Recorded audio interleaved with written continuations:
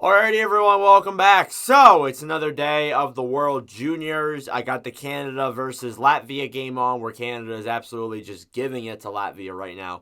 But anyways, so the NHL starts back up tonight following the Christmas break, the official second half of the season. And I thought that before that starts, tonight at 7 p.m., I thought I'd look at all the NHL scoring leaders. I put together a list of the leaders in points, the leaders in goals, the leaders in assists, power play points, shorthanded points, the rookie numbers, and some goalie stats as well. So, should be a very fun video.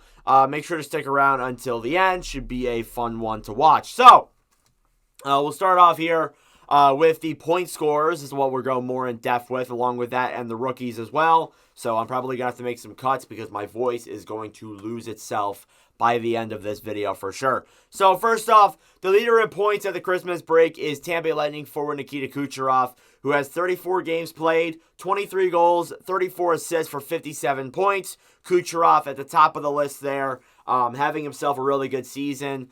If the Lightning make the playoffs, you got to think that Kucherov will get some consideration for the Hart Trophy. 100%. Because the way he's been playing and the way that the Lightning is revolved around him, he really deserves some pretty good hardware if the Lightning make the playoffs from currently where they are. They are currently in a second wildcard spot, and a lot of that is Kucherov, so he deserves a lot of credit. Next up then, Avalanche forward Nathan MacKinnon. MacKinnon has 34 games played, 18 goals, 36 assists for 54 points. MacKinnon, obviously, the best player on the Avalanche. He's done a really good job of helping the Avalanche this season, looking like he can get another 100-point season here. Already halfway there, so it's looking like he will get that in back-to-back years. Hopefully, I feel like he would, wouldn't he? Next up then, Vancouver's JT Miller. Miller been a big role in why Vancouver's been so good this season. He has 35 games played, 15 goals, 33 assists for 48 points. Yeah, Miller's been great, putting up really awesome numbers, and definitely he's been fixed. As I mentioned in yesterday's video talking about the Canucks, I said that Rick Tocchet's really fixed up Miller and made him overall a better player from what the issues were last season, and it's definitely shown this year in his game with Vancouver for sure.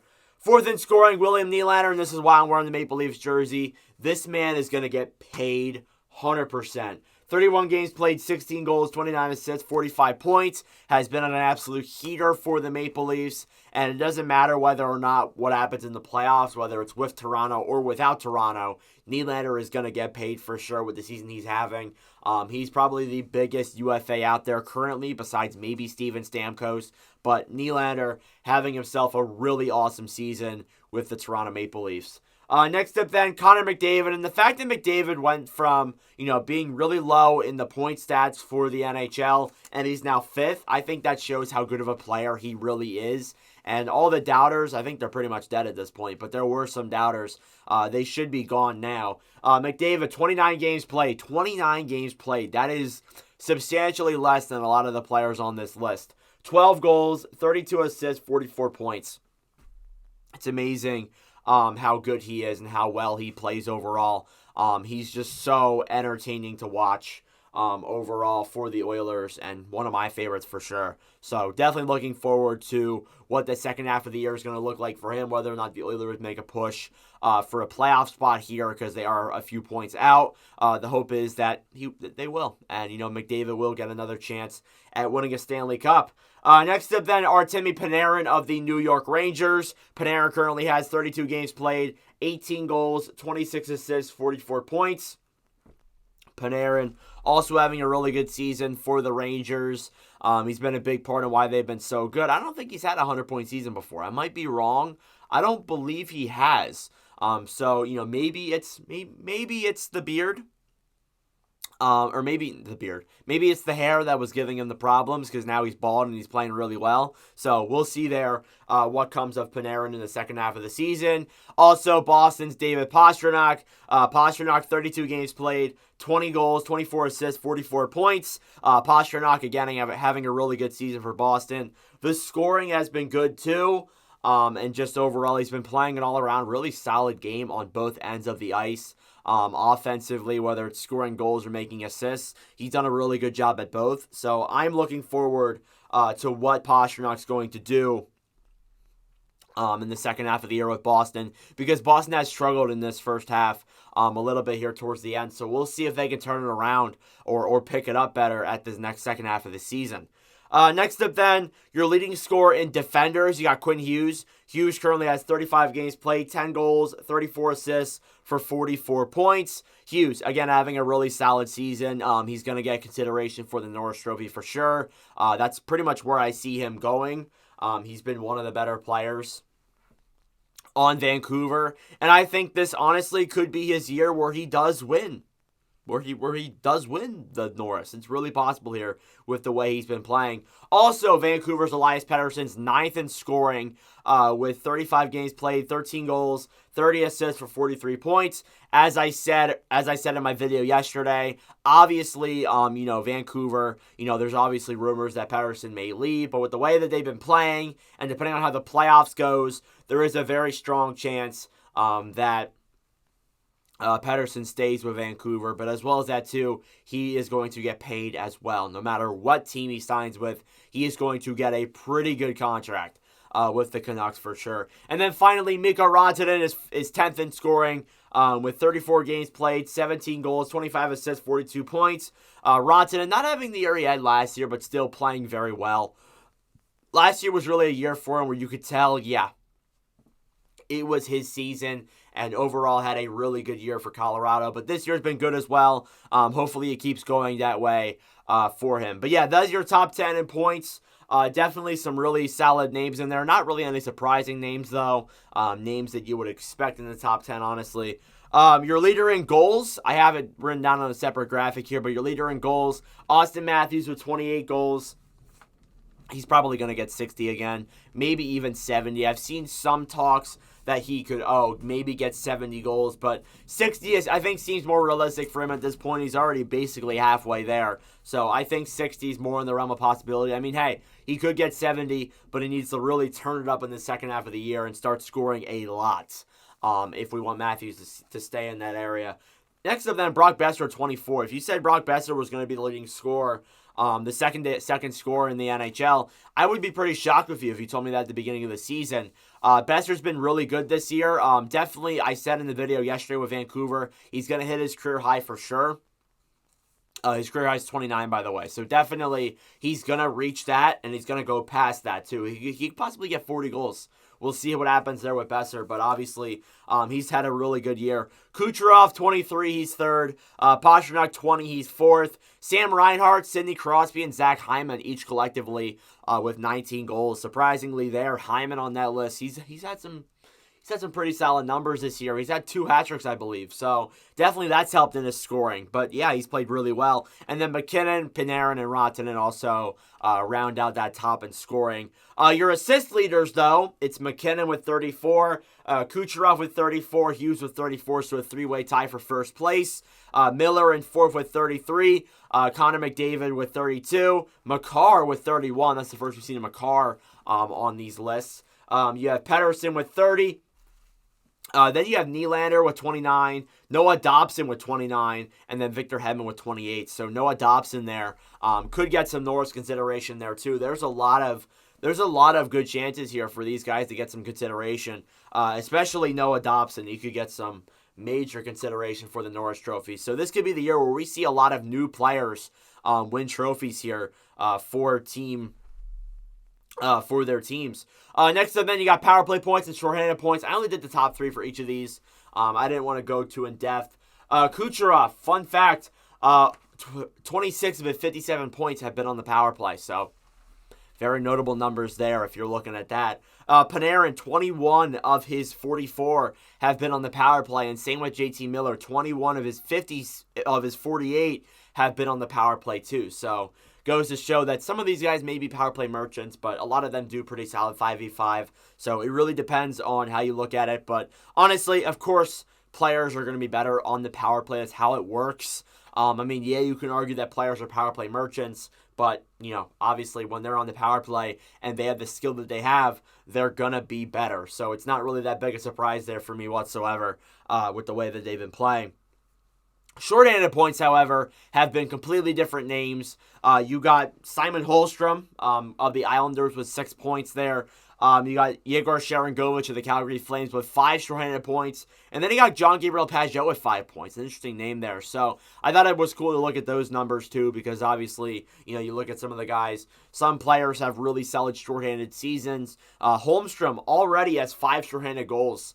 It's very possible that we see him get to the upside of maybe even breaking the record for most shorthanded goals in a season by a single player. I believe it's 7, so he only needs 2 more.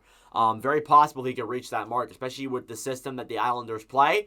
For sure, he could reach that 100% there with the Islanders, and it'd be a pretty cool milestone.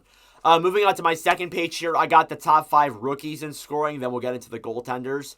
I didn't want to go too in depth with rookies because we already made a separate video on the rookies a few days ago. So obviously I don't want to go in depth with them again. But yeah, these guys, Connor Bedard leading the way, as he was when I made the video a few days ago. 33 games played, 13 goals, 17 assists for 30 points.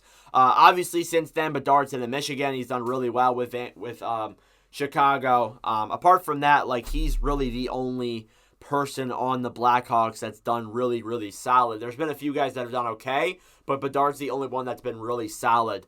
And that's obviously no surprise. The way he handles himself in the media, the way he plays overall, he looks like an experienced NHLer out there. And it's actually crazy to see him having 30 points in 33 games played is very good numbers, and I expect him to be at the top of the league next year. Top of the league. Not the top of the league, but towards the top of the league next year if he gets a better team around him for sure. And if the Blackhawks get Macklin Celebrini right now, who's on the Team Canada that's up 9-0 on Latvia right now, then yeah, I think that, those two guys are going to really excel together for sure. Marco Rossi of the Minnesota Wild, it's easy to forget that he's still a rookie. It feels like he's been there for years. He has, but he's been struggling to make his debut in the NHL. This year, though, he's really picked it up. 32 games played, 11 goals, 10 assists, 21 points. Rossi's looked great. It's been a little bit delayed because obviously he dealt with COVID and dealt with some other issues in his development, but he's finally got in there, and I definitely think that it'll keep going for him. And I mean, hey, Minnesota got a lot of prospects in Faber, and you got Boldy as well, and you got Rossi, so they're building themselves a pretty solid core here for when that salary cap expires. They could put together a really solid contending roster here, but we'll obviously see what amounts of that, though. But Rossi has done really good for Minnesota, and I expect that to keep going. Next up then, Adam Fantilli of the Columbus Blue Jackets. Fantilli currently has 35 games played, 9 goals, 11 assists for 20 points. Fantilli's been great. I expect Fantilli to keep going the way he is. No surprise there, even though Vincent's been a little bit of a cancer, putting him on the fourth line and all that and scratching him. I think it's really weird. But overall, Fantilli's done well, and I think that'll keep going there for him because he's obviously another really great rookie from that draft class. Pavel Mintyukov. Mintyukov surprises this year. I think Mintyukov might be better than many people expected. He has 33 games played, 2 goals, 16 assists for 18 points. Yeah, Mintyukov's been great for the Anaheim Ducks, and I expect that to keep going for them. He's obviously been awesome, and I think for a blue line that really didn't have a lot of opportunities at the start of the season, Mintyukov took that advantage and has done really solid for Anaheim, and I expect that to keep going there for him. Then you got Connor Zary of the Calgary Flames. Zary's been great too. He has 24 games played, 7 goals, 10 assists for 17 points. I've really liked the way Connor Zary's played. And especially in the second half of the season, he's really helped himself out here at doing such a good job with the Flames overall, and definitely I hope it keeps going there because the Flames need it for sure with guys like Coronado coming up too, and Samuel Honzek, who has had a really good performance in the World Juniors. I expect for this to continue for sure. So yeah. This is it for the skaters. I'm going to do a pause here, take a drink of water, and then we'll get into the goaltenders. All right, so goalies. So we'll get into it here. Just first off, for a little bit of disclaimer, these are ranked by goals against average. So you may see some backup goalies in here. I do have wins and shutouts, though. So those are some other stats we'll look at. And then I got 3 rookie goaltenders that I thought were of note that we will look at as well. So starting off here Vegas goalie, Aiden Hill. Hill has played 15 games, has a 10-2-2 record with a 1.93 goals against average and a .933 save percentage. Aiden Hill's been good when he's played. Obviously one of my favorite goalies of literally ever, because he played those years with Arizona. Definitely. Obviously he's a good goalie. He's been hurt, and he's also played a lot less games than some of the other goalies on this list, which does play a factor in why he's so high. But yeah, Hill, he's had a really good year, deserving of it, and deserves some credit for it. Next up then, LA's Cam Talbot. Cam Talbot could win a Vezina trophy. He actually could. Because with the way LA's been playing and the way Talbot's been playing, overall the team's been great behind him. So Talbot, 22 games played, 14, 6, and 2, a 2.06 goals against average and a .925 save percentage. Who would have thought that with the year that he had last year, he would be playing this well this year? It's actually crazy to see. Because when you look at it, last year he wasn't that good, and everyone kind of thought that maybe he'd retire if he didn't get a job, and then he got signed by LA. Not a lot of people liked it, including myself. I didn't like it either when I saw the overall numbers. And just like when LA needed a goalie, I didn't think Talbot would be the one that they want. But no, he's played really well under the Kings. And definitely, maybe we'll see come playoff time if this is just a regular season hoax. But we'll find out. We'll find out then. But right now, he's pretty good for the LA Kings. Next up then, Boston's Jeremy Swayman. Swayman's dominated the net for the Bruins. I think that if they keep playing the way they are, he probably could get a Vezina contention vote. 16 games played, 9, 2, and 4, a 2.25 goals against average and a .928 save percentage. He's been good too. A lot of this month as well as Boston's been struggling a little bit, and a lot of it's been Swayman. Some of the games they've won, he's really helped out Boston and keeping them at that first place spot in the Atlantic. We'll see how the second half of the season goes, but Swayman really could be a Vezina finalist. If the season ended today for sure. Following then, he got Jonathan Quick, and Quick has really turned back the clock. It's really unreal how well Quick's been playing with the New York Rangers. 12 games played, a 9-1-1 record, a 2.27 goals against average, and a .920 save percentage. Quick has done really good with the New York Rangers. He's really turned back the clock. It seems crazy too. Like, I'm not saying he's going to win a Vezina, mainly because he's a backup and he's played literally 12 games. There will be that debate there too, unless if he's played like 30 or 40 games at the end of the season. But it could happen. It's very possible it could, because Quick has played very solid in New York for sure, and has won them a lot of games that maybe they should have lost. So definitely that plays a factor there too. Next up then, Washington's Charlie Lindgren, surprisingly, is also fifth in goalies. With 14 games played, a 7-3-3 record with a 2.29 goals against average and a .928 save percentage. Lindgren, again, has been great with the Washington Capitals. I expect for that to keep going with him. I like Lindgren a lot. Always been one of my favorite goalies. And it's good to see that he's finally, playing really well with the Capitals after a season last year that wasn't all too great. But, hey, he's playing great this year, and the Capitals are in a playoff spot because of it. Next up then, Jets goalie Connor Hellebuyck. Hellebuyck will get Vezina contention as well. He has 24 games played, a 16-6-2 record with a 2.37 goals against average and a .918 save percentage. Hellebuyck's been great there too. The Jets overall have been a wagon. I didn't mention any of the Jets stats in my first page of skater notes here, but Hellebuyck's been a big part of why they've been really good, and I expect for that to keep going. He's been one of my favorites to watch on the Jets, and one of my favorite goalies probably ever, if we're being honest. I've really enjoyed watching him. Next up then, Vancouver's Casey DeSmith. You'll see two Vancouver goalies here next back-to-back. Casey DeSmith, 11 games played, 6-2-2, a 2.44 goals against average, and a .923 save percentage. DeSmith's been great, but obviously it's been 11 games played, so can't really base it off of only 11 games. But yeah, obviously he still played really solid, and hopefully that'll keep continuing. And same with Demko, too. Demko will just go right to him. 25 games played, a 17-7-1 record with a 2.46 goals against average and a .917 save percentage. The struggle last year in Vancouver was partially their goaltending, and they have fixed that this year with the way Demko's been playing. With the way DeSmith's been playing too. They got themselves a really solid tandem that could win the Jennings at the end of the season right here. Very possible they do get that. Next up then, Sergei Bobrovsky is 9th in goalies and goals against average.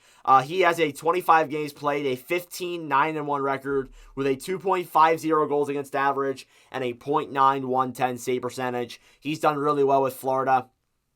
Not the goalie he used to be, and not the goalie in the playoffs either, but still a really solid goalie this year with Florida, and has been a big part of why they're still a really solid hockey team, even though a lot of people didn't think they'd be that good. Bobrovsky's been really good with the Panthers. And then finally, Joey Dackard. Joey Dackard is 10th in scoring for the Seattle Kraken there. 21 games played, a 7-5-8 record. What a record, with a 2.53 goals against average and a .9112 save percentage. Yeah, Dackard's been great. Expecting for that to keep going here with the Kraken. Obviously, the Kraken are barely out of a playoff spot, but hey, some of the ways Dackard's been playing has kept him in games, and we'll see if that keeps going there for the Seattle Kraken. So yeah, those are your goalies, goals against average-wise. Your leaders in wins, I only have the top 5 here. Georgiev is first in wins of the Avalanche with 17. Then you got Demko, 17, Hellebuck, 16. Hussein Saros of the Predators with 15, and then Bobrovsky with 15 wins there as well. Shutouts, you got some other names there too. Demko with 3 shutouts. Connor Ingram of the Coyotes with 3 shutouts. Tristan Jarry of the Penguins with 3 shutouts. And then Aiden Hill and Charlie Lindgren with 2 collectively. So obviously a lot of the goalies, the reason why they have a good goals against average is because they have good shutouts. And that's why Hill and Lindgren may be on that list. So yeah, overall those are your goalies. Moving to the rookie goalies now. I only have 3 here, so not really that big of names. But obviously, Samuel Ersson of the Philadelphia Flyers. Ersson has 14 games played, a 8-4-2 record, a 2.56 goals against average, and a .899 save percentage. Ersson's been great with the Flyers. Definitely in Hart's absence, Ersson's come in, played a lot of games, and has played really well for the Flyers, especially in the month of December too. He really could be the best rookie from this rookie class. Peter Kochetkov then up next. 18 games played, a 7-7-3 record with a 2.69 goals against average and a .894 save percentage. Kochetkov's been pretty solid. There are games where he's good, there are games where he's not good, but obviously goalies are really hard to tell with that stat line. So yeah, overall Kochetkov's been solid. And then finally, Joseph Wall of the Maple Leafs with 15 games played, a 8-5-1 record, a 2.80 goals against average, and a .916 save percentage. I've always liked Wall. He's always been solid and always has put up good numbers. I believe, though, he is hurt currently at the time recording this video, so hopefully he gets well and comes back. But yeah, those are your stats for the NHL scoring leaders. Let me know if there's any surprises in the comments down below. Thank you all for watching. If you enjoyed, make sure to leave a like. Hit the subscribe button down below. I would greatly appreciate it. Thank you for sticking all the way to the end of this video. But yeah, thank you all for watching, and I'll see you guys in the next video. Adios.